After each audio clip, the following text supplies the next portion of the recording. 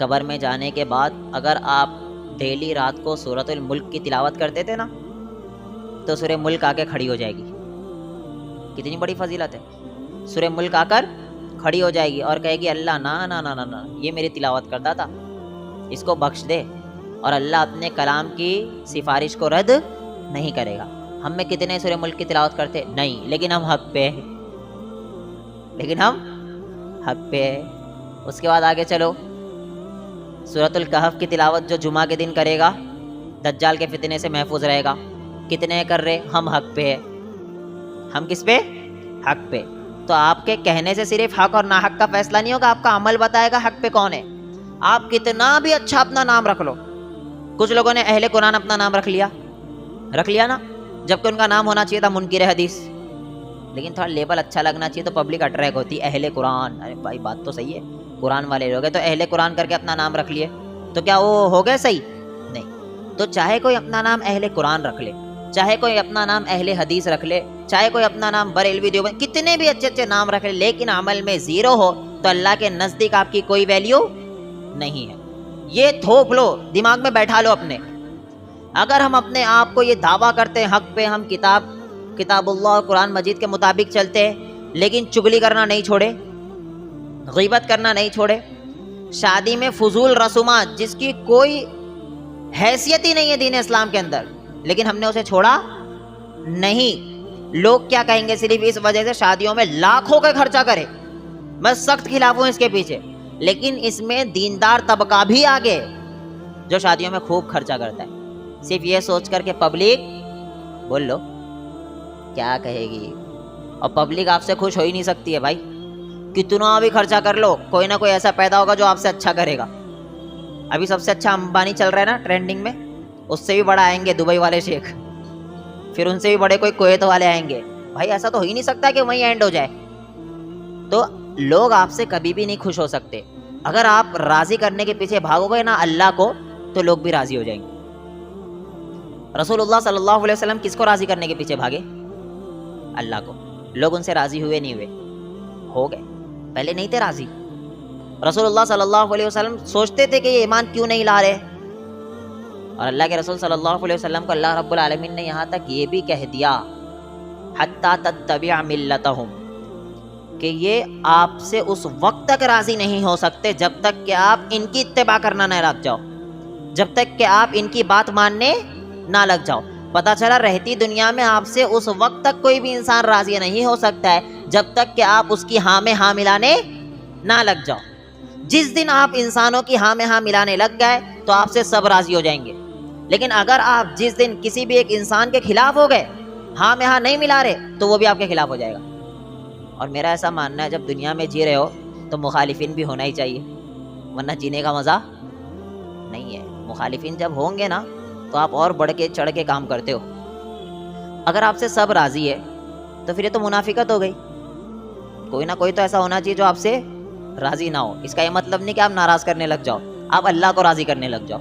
آپ اللہ کو راضی کرنے لگ جائیں گے تو جو بھی اللہ رب العالمین سے بغض رکھتا ہے, نعوذ باللہ ثم نعوذ باللہ نقل کفر, وہ آپ سے بغض رکھنے لگ جائے گا. اب وہ فیصلہ پبلک خود کرے گی. تو رہتی دنیا میں آپ کسے راضی کرو گے آج سے؟ اللہ کو. یہ برادری کے اوپر شادی نہیں ہو رہی. کوئی اگر پٹھان کا ہے تو انصاری شادی نہیں کرے گا, انصار کا ہے پٹھان شادی نہیں کرے گا, جبکہ سارے ڈنکا بجا رہے ہم قرآن حدیث کو مانتے.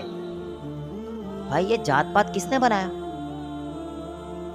اللہ رب العالمین صرف کہتا ہے تمہیں قبائل میں نے اس لیے بانٹا ہے لتعارفوا, تاکہ تمہاری پہچان ہو سکے. صرف ان کا بھی نام ناوید ہے, ان کا بھی نام ناوید ہے, ان کا بھی نام ناوید ہے, 3 ناوید آ گئے. اب پہچان کیسی ہوگی؟ یہ انصاری ناوید ہے, وہ پٹھان ناوید ہے. سمجھے بات؟ اب بھی سمجھ میں نہیں آئی تو بھائی جیسے ہو ویسے ہی پڑھے رہو. آ گئی نا بات؟ آپ کو جو قبائل میں اللہ نے بانٹا ہے نا, وہ صرف اس لیے بانٹا ہے آپ کی پہچان ہو سکے. اس لیے نہیں بانٹا کہ آپ فخر کرو, آپ اپنے آپ پہ فخر کرو اور بازو والے کو گرا دو. تو کبھی بھی ایک چیز کا خیال رکھو, اللہ کو راضی کرنے کے پیچھے بھاگو گے تو دنیا بھی آپ کو مل جائے گی اور دنیا والے بھی آپ سے راضی ہو جائیں گے. اور اللہ کو راضی کرنے کے لیے یہ بات تو آپ کو ذہن میں ڈالنا ہوگا, کتاب اللہ و سنتی کے علاوہ کچھ نہیں ہے. اللہ کی کتاب کے ذریعے ہر کام میں اللہ کی کتاب کو بیچ میں لے آؤ کہ اس کے ذریعے فیصلہ کروں گا. اللہ کی کتاب کے اندر حدیث اپنے آپ آ جائے گی, کیونکہ قل ان کنتم تحبون اللہ فاتبعونی یحببکم اللہ. اللہ کہتا ہے اگر کہہ رہے ہو نا اللہ سے محبت کرتا ہوں تو اتباع کس کی کرنا پڑے گا؟ رسول اللہ صلی اللہ علیہ وسلم کی. تو قرآن کے ذریعے فیصلہ کرنے کا مطلب ہے کہ حدیث بھی آ گئی اس کے اندر. سمجھ گئے نا بات؟ تو اب سے آپ کس کو راضی کرو گے؟ اللہ کو راضی کرو. لوگوں کو راضی کرنے کے پیچھے ہم بالکل نہیں بھاگیں گے، کیونکہ ہر انسان اپنے آپ کو حق پہ کہہ رہا ہے. ایک اور چیز کہوں، آپ کبھی بھی اپنے آپ کو یہ مت سمجھو کہ ہم پورے کے پورے صحیح ہے.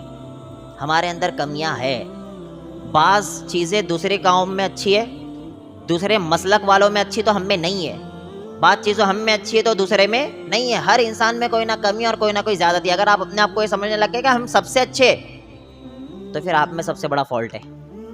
آپ سب سے اچھے نہیں ہو. ہم میں کمیاں ہے، اس کمی کو دور کرو. کسی انسان کے اوپر بحث و مباحثہ کرنے سے اچھا ہے کہ اپنے گھر والوں پہ کرو اور اپنے گھر کے اوپر دھیان رکھو.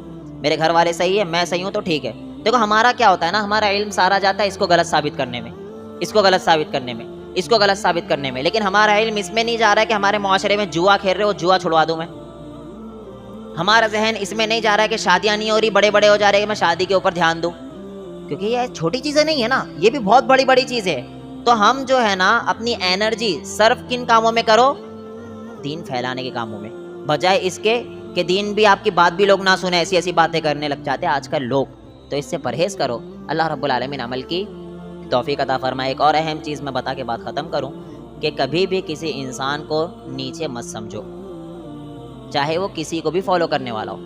ہر انسان اگر کلمہ پڑھ رہا ہے تو وہ کیا ہے؟ مسلمان. اگر اسے تکلیف ہوگی تو آپ کو بھی تکلیف ہونا چاہیے. اگر اسے کوئی مار رہا ہے، کوئی گالی دے رہا ہے تو آپ کو بھی تکلیف ہونا چاہیے. جس دن ہم یونٹی ایک ہو گئے نا تو کسی کا باپ بھی ہمارا کچھ بگاڑ نہیں سکتا. ہم اختلافوں میں پڑے ہوئے، اس لیے پبلک فائدہ اٹھا رہی ہے، اٹھاتی ہے اور اٹھاتی رہے گی. تو اس چیز کا خیال رکھو. کسی کو جہنمی نہیں بولنا. اپنا دین کا کام کرو. لوگوں کو نماز کی دعوت دو. جو نماز پڑھ رہا ہے ٹھیک ہے، نہیں پڑھ رہا ہے ٹھیک ہے، اس کی مرضی ہے. آپ کسی کو بہت زیادہ فورس بھی مت کرو، کیونکہ اللہ رب العالمین نے کہا ہدایت آپ نہیں دے سکتے. رسول اللہ صلی اللہ علیہ وسلم کو کیا کہا؟ انک لا تہدی من احببت ولکن اللہ یہدی من یشاء. اے نبی اگر آپ بھی کسی کو ہدایت دینا چاہو تو ہدایت نہیں دے سکتے. جب نبی نہیں دے سکتے تو ہماری کیا اوقات ہے؟ ہم کسی کو ہدایت نہیں دے سکتے. لوگوں کو بس دین کی دعوت ہمیں دینا ہے. ایک اور چیز بتا دو، یہ کہہ سکتے ہو آپ کہ اگر رسول اللہ صلی اللہ علیہ وسلم کے طریقے کے خلاف کام کرو گے تو وہ آپ کے منہ پہ مار دیا جائے گا. اب اگر وہ چاہے میں کروں چاہے آپ کرو، کوئی بھی کرے گا اللہ کے نبی کے خلاف تو آپ کے منہ پہ مار دیا جائے گا. ایسے دعوت کا کام کرنے کی ضرورت ہے. اللہ رب العالمین عمل کی توفیق عطا فرمائے. آمین. والسلام علیکم ورحمۃ اللہ.